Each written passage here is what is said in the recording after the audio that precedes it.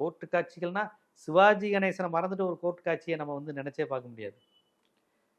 பராசக்தி சிவாஜி கணேசனா இருக்கட்டும், கௌரவம் படத்தில் வரக்கூடிய சிவாஜி கணேசனா இருக்கட்டும், அந்த கோர்ட்டு காட்சிகளுக்கான கம்பீரம், அந்த ஒரு ஒரு லாயர், ஒரு அட்வொகேட் ஜெனரல் இப்படி வந்து நின்னார்னா, அதில் ரஜினிகாந்த் பேர் கௌரவத்தில் அவருக்கு பேர், அந்த பேர் ஒரு மேலே அது மேலே ஒரு இன்ஸ்பயர் ஆகி தான் ரஜினிக்கு கூட அந்த பேர் வச்சதாலாம் சொல்லுவாங்க. ஸோ அதில் வந்து நிற்கிறது, அந்த கோர்ட் காட்சிகள், அப்பனுக்கும் பையனுக்கும் நடக்கிற போராட்டங்கள் ரொம்ப அருமையாக அந்த கோர்ட் காட்சியில் பண்ணியிருப்பாங்க. இது எல்லாத்தையும் தொடங்கி வச்சது பராசக்தி, கலைஞருடைய அந்த பராசக்தி தான் 1952. அதுக்கு முன்னாடிலாம் கோர்ட்டு காட்சியில் இந்த மாதிரிலாம் இருக்காது. சும்மா படத்துக்கு 2-3 சீன் இடையில நீ கொலை செஞ்சியா, அது இதையான்னு பார்த்தியா, இந்த மாதிரி காமிச்சிருப்பாங்க. இல்லைன்னா சுவாமி கதை தான், கோவில் தான், பக்தி பஜனை பாடல்கள், இல்லைன்னா காதல் பாடல்கள், அவ்வளோதான்.